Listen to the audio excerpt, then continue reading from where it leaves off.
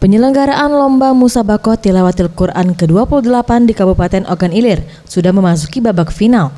Para peserta MTQ cabang Musabaqah Tartil Al-Quran dan Cacat Netra memberikan penampilan terbaik mereka. Perlombaan yang dilaksanakan di Masjid Kubro Indralaya tampak meriah.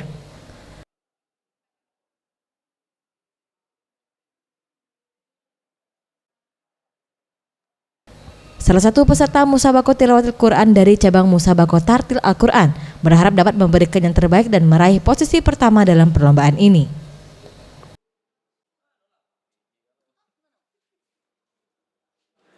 Mengikuti lomba ini, alhamdulillah saya punya motivasi ingin mensiarkan daripada Al-Quran ini, ingin mencapai prestasi yang terbaik.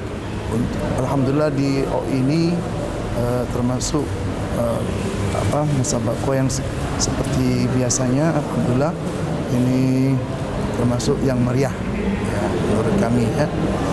Kemudian harapan kami ke depan kepada seluruh daripada panitia atau pemerintah yang khususnya tuan rumah agar lebih untuk lebih memeriahkan lagi agar siar agama ini lebih terasa lagi menyentuh ke masyarakat.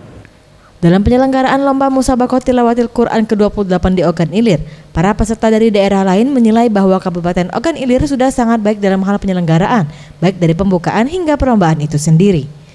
Tim Liputan Sriwijaya TV.